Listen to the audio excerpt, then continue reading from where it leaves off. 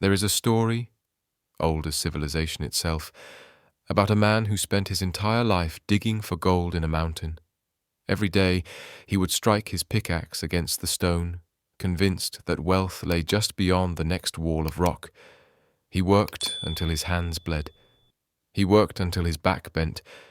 He worked until the years carved deep lines into his face. And when he died, alone in that dark tunnel, they found something extraordinary. The gold he had been searching for was not ahead of him. It was behind him, in the very first wall he had passed, untouched, on his way deeper into the mountain. This is not just a story about gold.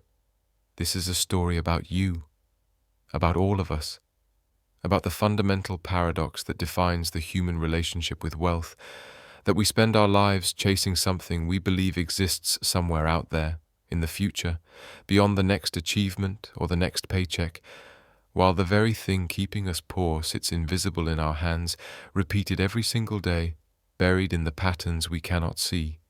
Tonight, we descend into the psychology of poverty, not the poverty of empty pockets, but the poverty of invisible habits, the 10 patterns that drain your wealth like water through cupped hands, so subtle you have mistaken them for normal life, so deeply embedded you have called them wisdom. We are going to examine the architecture of financial self-sabotage, the unconscious behaviors that feel like freedom but function as chains, the daily choices that promise comfort but deliver stagnation. This is not about willpower. This is not about discipline. This is about something far more fundamental, the operating system of your financial mind, the code written in childhood and reinforced by culture, the habits that feel like you but are actually the inherited patterns of a world that taught you to survive rather than thrive. What if I told you that poverty is not primarily an economic condition, but a psychological one? That wealth is not about what you earn, but about what you unconsciously destroy? That the distance between where you are and where you want to be is not measured in dollars, but in daily decisions so small you have stopped noticing them? We stand at the threshold of understanding. Beyond this point, nothing will look the same. Your morning coffee, your weekend shopping, your relationship with your bank account, all of it will be revealed as either a step toward freedom or a ritual of confinement. The question is not whether you want wealth. The question is whether you are ready to see the invisible enemy, the habits that feel like friends, the comfort that cost you everything, the patterns that whisper tomorrow while stealing today. Let us begin where all transformation begins, in the shadows, in the unexamined, in the comfortable darkness where our most destructive patterns make their home. Before you earned your first dollar, before you understood the concept of money, before you could even speak, you were already being programmed, not by choice, not by conscious design, but by the invisible architecture of belief that surrounds every childhood-like atmosphere, shaping what becomes possible in your financial future. Picture a child, perhaps 4 years old, standing in a grocery store. She reaches for something bright and colorful on a shelf. Her mother's hand pulls her back sharply, and a voice, tired, strained, afraid, says the words that will echo through decades. "We can't afford that. Money doesn't grow on trees. Do you think I'm made of money?" In that moment, something crystallizes in the young mind. Money equals stress. Wanting things equals being bad. Scarcity is the natural state of the world, and beneath it all, a deeper poison. We are the kind of people who can't have nice things. This is not one child. This is millions. This is possibly you. This is the moment when the psychological foundation of poverty consciousness is poured, still wet, waiting to harden into the unshakable beliefs that will govern a lifetime of financial decisions. The psychologist Martin Seligman called it learned helplessness, the belief formed through repeated experience that our actions do not matter, that the world is fundamentally beyond our control. In his original experiments, dogs who received unavoidable electric shocks eventually stopped trying to escape, even when escape became possible. They had learned, at a fundamental level, that trying was pointless. Now transpose this into the realm of money. A child watches parents fight about bills, watches stress consume their faces at the end of each month, watches dreams deferred and pleasures denied, watches the world divided into us, the people who struggle, and them, the people who somehow have it easy. What is being learned? That money is scarce, that wealth is for others, that trying to escape poverty is like trying to escape gravity, fundamentally futile. But here is where it becomes truly insidious. These beliefs do not feel like beliefs. They feel like reality. They feel like the way things are. And from this foundation, an entire architecture of self-sabotaging habits emerges, each one feeling perfectly rational, each one invisibly draining the possibility of wealth. The neuroscientist Joseph Ledoux discovered that emotional memories, particularly those formed in childhood, are stored differently than conscious memories. They live in the amygdala, bypassing the thinking brain entirely, triggering automatic responses before conscious thought can intervene. This means your childhood money wounds are not memories you can simply think your way out of.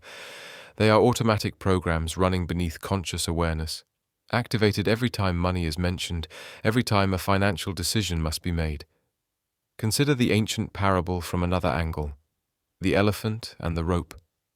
As a baby, the elephant is tied to a stake with a thick rope. It pulls and pulls, but cannot break free. Eventually, it stops trying. Years later, when the elephant is massive and powerful, capable of uprooting trees, it is still tied with the same thin rope. But it never tries to escape. The rope in its mind is still unbreakable, even though the reality has completely changed. This is the psychology of inherited poverty. The rope that bound your parents, your grandparents, your lineage. That same rope is tied around your financial potential, except the rope is now made of nothing but belief, habit, and the unexamined assumption that this is just how life is. In his groundbreaking work on the scarcity mindset, economist Sendil Mullainathan revealed something profound. Scarcity does not just mean having less. Scarcity fundamentally changes how the brain processes information. When operating under scarcity, whether of time, money, or resources, the brain becomes hyper-focused on the immediate crisis while losing the ability to plan for the future. The poor do not make bad decisions because they are less intelligent. They make bad decisions because scarcity itself impairs cognitive function, creating a tunnel vision that can only see the next meal, the next bill, the next crisis, while the long-term patterns that create wealth become invisible. And so the cycle completes itself. Poverty creates the psychological conditions that make escaping poverty nearly impossible. The habits that feel like survival are actually the mechanisms of perpetuation. The rope is made of neurons, firing the same patterns over and over year after year, creating the feeling that this is just who I am. But you are not your habits. You are not your history. You are not the financial patterns inherited from a past that knew nothing of your potential. You are the awareness that can observe these patterns. And in that observation, in that space between stimulus and response, lies the first seed of transformation. The question that haunts this first act is simple but devastating. What if everything you believe about money is wrong? What if the habits you think are keeping you safe are actually the bars of your cage? What if the poverty you experience is not a lack of money, but a lack of awareness about the invisible patterns that leak wealth from your life, like blood from a wound you cannot see? We move now from the origins to the battlefield, from where these habits came to what they actually do, day after day, in the quiet destruction of your financial potential. Welcome to the war you did not know you were fighting. Welcome to the conflict between who you want to become and the habits that betray that vision every single day. These are not dramatic failures. These are not obvious mistakes. These are the subtle, nearly invisible behaviors that feel normal, that feel right, that feel like just living your life, while systematically ensuring you remain exactly where you are. The first thief, the comfort purchase. You have had a long day. The world has demanded too much. You feel depleted, invisible, unappreciated. And there it is, the website, the store, the perfect thing that promises to fill the hollow feeling inside. Just this once. You deserve it. You work hard. The psychologist Roy Baumeister calls it ego depletion. The idea that willpower is a finite resource, exhausted by the daily demands of self-control. When your willpower is depleted, your brain seeks the fastest route to replenishment, and in a consumer culture, that route is almost always spending money on something that provides immediate gratification. But here is the trap. The comfort lasts minutes. The financial impact lasts months. That $50 purchase to soothe one hard day becomes a pattern. 2 purchases per week, $100, $400 per month, nearly $5,000 per year, evaporating into the temporary relief of emotional wounds that were never about material things to begin with. The habit is not the problem. The wound beneath it is the problem. And until you address what you are actually trying to soothe, the loneliness, the inadequacy, the exhaustion, the feeling that life is grinding you down, you will continue to bleed money into the void, wondering why wealth never comes. The second thief, the lifestyle creep. You receive a raise, finally recognition, finally more breathing room, finally the ability to relax a little. And so you upgrade the apartment, the car, the subscriptions, the restaurants, not drastically, just proportionally, just to match the new income, just to live at the level you now earn. This seems perfectly logical. But there is a psychological phenomenon called the hedonic treadmill. No matter how much your circumstances improve, your baseline happiness returns to the same set point. The nicer apartment does not make you happier 6 months later. The new car becomes just the car. The lifestyle inflation that felt like reward becomes the new baseline, and you are running exactly as hard as before, just with nicer scenery. The wealthy understand something the poor do not. Income is not permission to spend more. Income is permission to invest more. Every dollar that goes toward lifestyle is a dollar that cannot compound. Every upgrade is an opportunity cost. The gap between what you earn and what you spend is not suffering. It is the literal space where wealth is built. But the culture whispers otherwise. You deserve it. You earned it. Life is short. And so the raise that could have changed your trajectory becomes simply the funding for a slightly more expensive version of the same life, the same stress, the same distance from freedom. The third thief, the subscription, Amnesia, $14 per month, $9.99, $29, $12.50.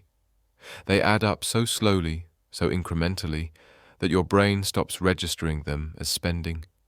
They become infrastructure, invisible like electricity or water, just the background cost of modern life.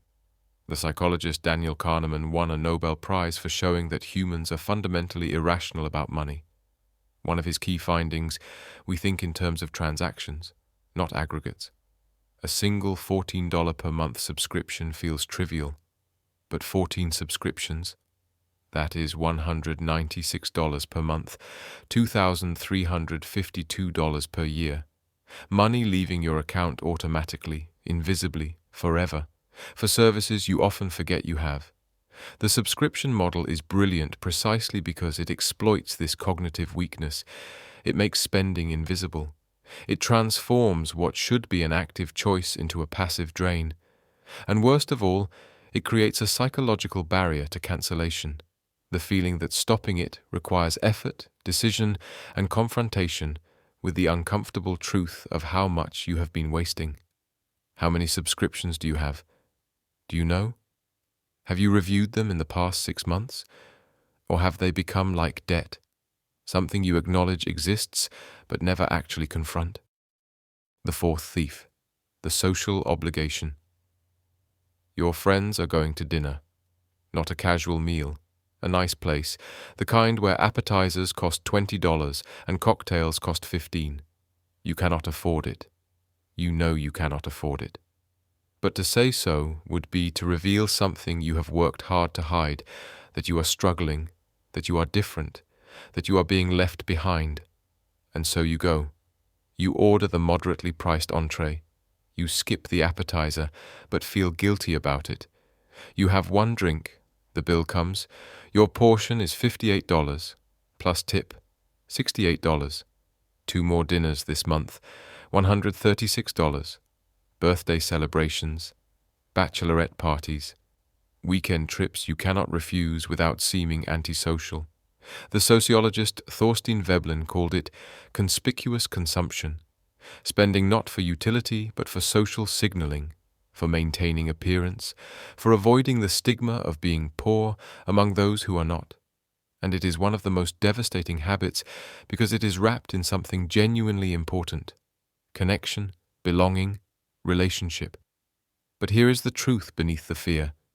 Real relationships can survive financial honesty. Real friends will respect your boundaries.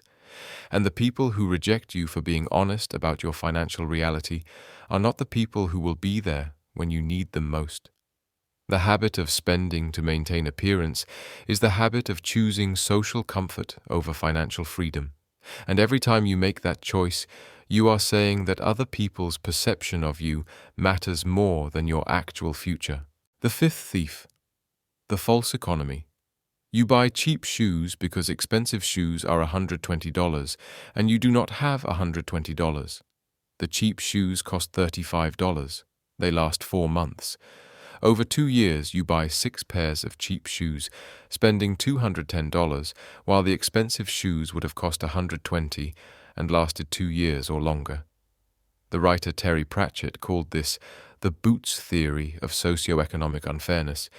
Being poor is expensive because you cannot afford the upfront cost of quality, forcing you into a cycle of repeatedly buying inferior products that cost more in the long run. This applies to everything: cheap furniture that breaks, cheap appliances that need replacing, cheap food that destroys your health, leading to medical bills that dwarf what you saved. The habit of choosing the cheapest option feels like financial prudence, but it is often the opposite. It is poverty consciousness masquerading as wisdom, ensuring you stay trapped in the cycle of spending more while believing you are spending less. The sixth thief, the future delay, tomorrow, next month, next year, when things calm down, when you get the raise, when the debt is paid, when the kids are grown, when things are less stressful, when life is easier, then you will start investing. Then you will build the emergency fund. Then you will take your financial future seriously. The philosopher Søren Kierkegaard wrote that life can only be understood backwards, but it must be lived forwards. The tragedy is that most people live financially backwards. They borrow from the future to pay for the present, and then wonder why the future never arrives. Compound interest is called the eighth wonder of the world for a reason. Money invested today does not just grow. It accelerates growth. Every year you delay is not just 1 year of missed returns, it is 1 year of missed compounding, where the returns themselves would have generated returns. $1,000 invested at age 25, earning 7% annually, becomes $7,600 at age 65. The same $1,000 invested at age 35 becomes $3,869. The delay cost you $3,700, not because of bad luck, not because of market conditions, but because of the simple habit of saying, later. But the psychology runs deeper. Behavioral economists call it present bias, the brain's overwhelming preference for immediate gratification over future benefit. Your present self wants the pleasure now. Your future self will deal with the consequences. Except your future self is you, sitting where you are now, except older, with fewer options, wondering why you did not start sooner. The seventh thief, the lottery mindset. You will get the promotion. The business idea will take off, the investment will boom. Someone will notice your talent. Someone will give you the break you deserve. The money is coming. You can feel it. You just need to wait a little longer. The psychologist Gabriele Oettingen's research on positive fantasy reveals a devastating truth. People who spend time fantasizing about future success are less likely to achieve it than those who anticipate obstacles. Why? because fantasy provides the emotional reward of success without the actual work of achieving it. The brain cannot distinguish between vividly imagined success and real success. Both release dopamine, both feel good, but only one builds wealth. The lottery mindset is not about buying lottery tickets. It is about the unconscious belief that wealth will arrive through some external event rather than through daily discipline. It is the belief that you are one opportunity away from transformation rather than one habit away. And this belief is dangerous precisely because it feels hopeful, because it preserves self-esteem by locating the problem outside yourself, because it allows you to remain unchanged while waiting for the world to change around you. The eighth thief, the debt normalcy. Everyone has debt, student loans, credit cards, car payments. It is just part of modern life. It is just how things work. You cannot function without it. The economy would collapse without it. So you accept it. You make the minimum payments. You manage it. You live with it like chronic pain you have learned to ignore. But here is what debt actually is. It is paying interest to banks for permission to use your own future money now. It is literally spending tomorrow's earnings today plus a fee. Every dollar you pay in interest is a dollar that can never compound. Every month you carry a balance is a month you fall further behind those who do not. The habit is not the debt itself. Sometimes debt is necessary, even strategic. The habit is the normalization of debt, the acceptance of it as permanent, the failure to feel its weight, the psychological comfort with owing money as a baseline state of existence. The wealthy have a different relationship with debt. They use it to acquire assets that generate income. The poor use it to acquire liabilities that cost money. One multiplies wealth, the other multiplies poverty. And the difference is not intelligence or character. It is the habit of what debt is permitted to purchase. The ninth thief, the knowledge, void. You do not understand investments, so you do not invest. You do not understand tax strategy, so you do not optimize. You do not understand negotiation, so you do not ask for raises. You do not understand compound interest, so you do not recognize its power. The gap in knowledge feels like a permanent limitation, a fixed trait, a reason to stay where you are. But here is the uncomfortable truth. Ignorance in personal finance is not a condition you have. It is a choice you make, repeatedly, every day, by not learning. Every hour you spend on social media is an hour you could have spent understanding retirement accounts. Every show you binge is time you could have spent learning negotiation. Every piece of content you consume for entertainment is an opportunity cost against content that could transform your financial life. The habit of remaining financially ignorant feels neutral. It feels like, just not my thing. But it is not neutral. It is expensive. It costs you raises you did not negotiate. It cost you returns you did not earn. It cost you taxes you overpaid. It cost you years of compounding you did not understand. The poverty of knowledge is not separate from the poverty of money. It is the cause of it. The 10th thief, the identity lock. This is the deepest thief, the one that makes all the others possible. It is the unconscious belief that this is just who I am. I am not good with money. I am not the investing type. I am not wealthy. I am a spender. I am creative, not practical. I am generous, not greedy. I am authentic, not materialistic. These identities feel like truth. They feel like core aspects of personality. But the psychologist Carol Dweck's research on fixed versus growth mindset reveals something liberating. What we call identity is actually just a collection of beliefs about ourselves, and beliefs can change. You are not good with money. You have simply not yet built the habits that create financial competence. You are not the investing type. You simply have not yet learned to invest. You are not destined to be poor. You have simply not yet discovered the patterns that create wealth. The identity lock is the prison that feels like home.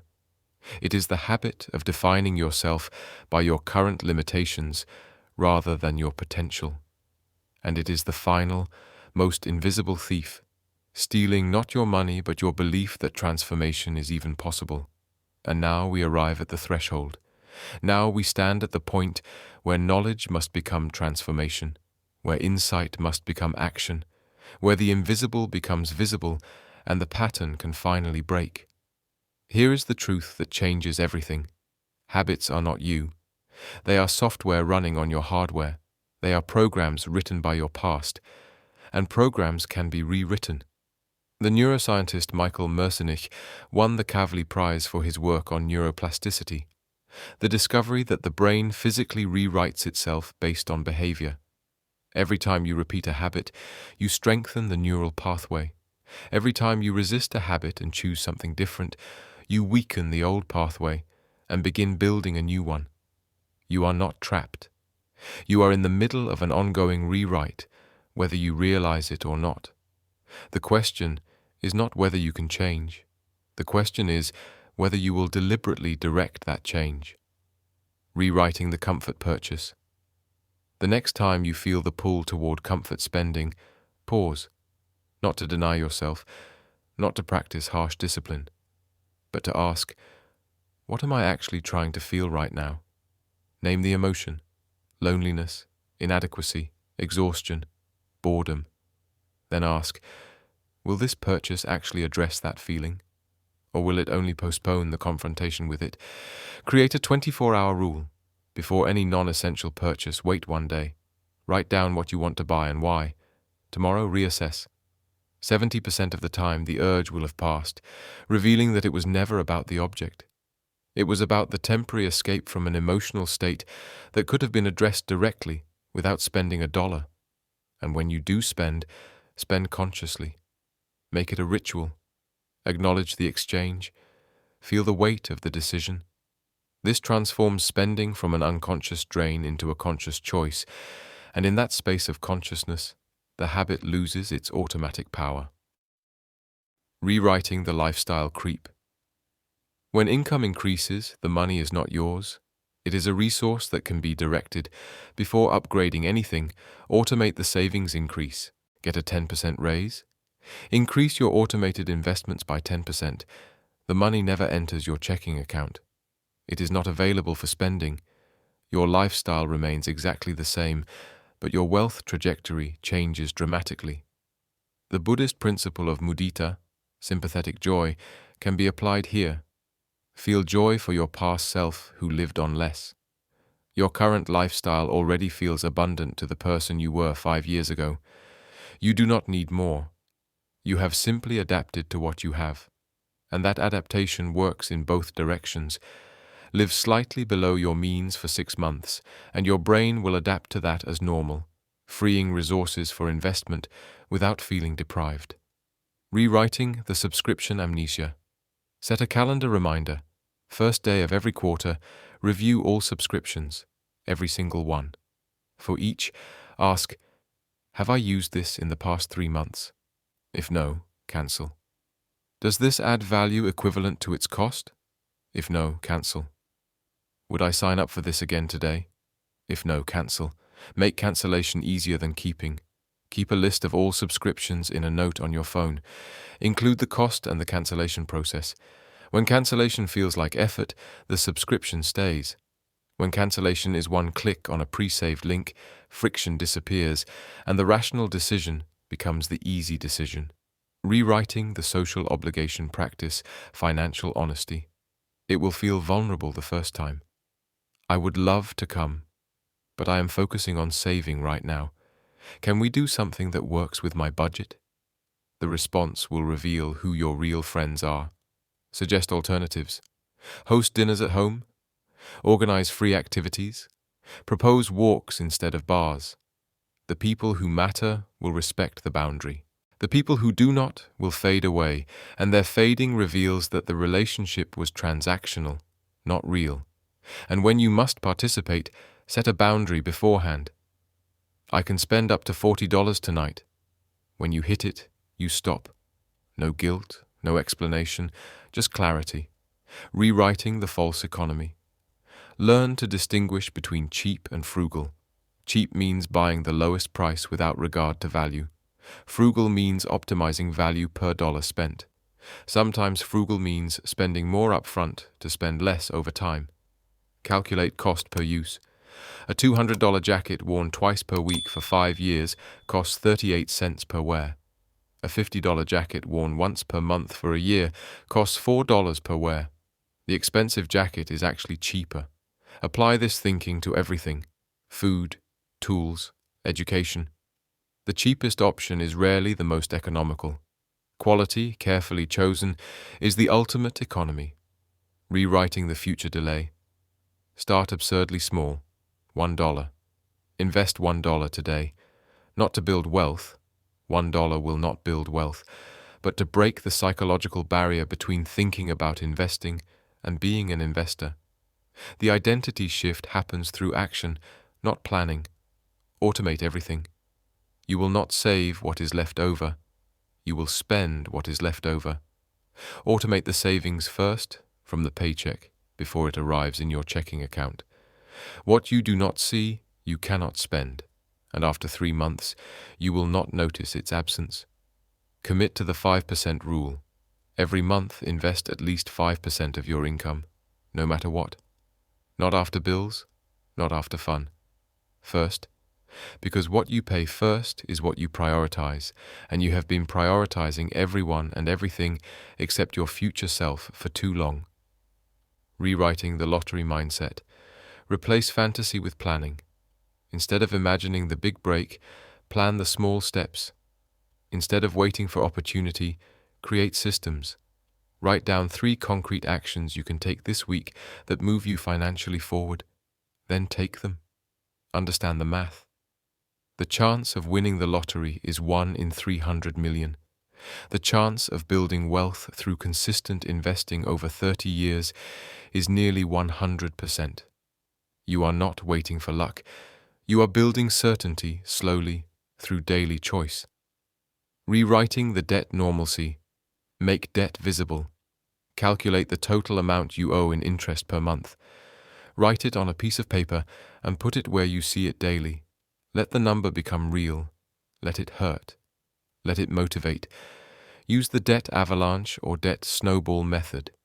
Pay the minimums on everything, but throw every extra dollar at one debt until it is gone, then roll that payment into the next debt. The progress is psychological as much as financial. Each eliminated debt is proof of agency, proof that you are not stuck, proof that the pattern can break. And most importantly, stop taking on new debt, not forever, but for now. Let the healing begin. Let the compounding reverse direction, rewriting the knowledge void. Commit to financial education, 1 hour per week minimum. Read books, listen to podcasts, take courses, not someday, this week. Start with basic concepts: compound interest, index funds, tax-advantaged accounts, negotiation strategies, but make it active, not passive. Do not just consume content, implement content. Read about retirement accounts, then open one. Learn about negotiation, then use it in your next raise discussion. Knowledge without application is entertainment. Knowledge with application is transformation. Rewriting the identity lock. This is the keystone. Change this, and everything else becomes possible. The story you tell about yourself is the cage or the key. Begin using new language, not "I am bad with money." Instead, "I am still learning about money." Not "I am not the investing type." Instead, "I am becoming an investor." Not "I am poor." Instead, "I am building wealth." The language feels awkward at first. It feels like lying. But you are not lying. You are redirecting your brain's automatic story. And over time, with action supporting the new story, the new identity becomes real. Because here is what the science of transformation reveals. You do not change by becoming someone different. You change by becoming who you actually are beneath the habits that were never really you to begin with. We have traveled far together tonight, through the shadows of childhood conditioning, through the battlefield of invisible habits, through the insight that transforms understanding into power. And now we return, not to where we started, but to a place that has been changed by what we have seen. That man in the mountain, digging for gold, he never found it because he did not understand that the treasure was not ahead of him, but in him, in the patterns of his behavior, in the habits he could not see. His poverty was not a lack of gold, it was a lack of awareness. And you are not the man digging blindly, not anymore. You have seen the 10 thieves. You have named them. You have watched them operate in the darkness of your unexamined days. And in that seeing, something fundamental has shifted. The comfort purchase no longer offers comfort when you see it clearly. It offers temporary numbness purchased with permanent cost. The lifestyle creep no longer looks like reward when you understand the treadmill. The subscriptions no longer hide when you know to look for them. The social obligation loses its power when you realize that real relationships survive honesty. The false economy reveals itself as the expensive option when you calculate long-term cost. The future delay becomes intolerable when you understand compound interest. The lottery mindset dissolves when you see the mathematics of slow wealth. The debt normalcy breaks when you make the cost visible. The knowledge void becomes a choice when you recognize the opportunity. And the identity lock opens when you understand that who you have been is not who you must remain. This is not about perfection. This is not about never making mistakes. This is not about transformation happening overnight. This is about awareness, the single most powerful force for change that exists, because you cannot change what you cannot see. And now you see. Every day, you will face these 10 habits. The pull toward comfort spending after a hard day. The temptation to upgrade when money comes in. The invisible subscriptions quietly draining your account. The social pressure to spend beyond your means. The cheap option that costs more. The delay of starting. The fantasy that replaces action. The acceptance of debt. The avoidance of learning. The story that says, "This is just who I am." And every day you will choose, not once, many times. Some days you will choose the old pattern, the familiar comfort, the easy road, the path you have always walked. And that is okay.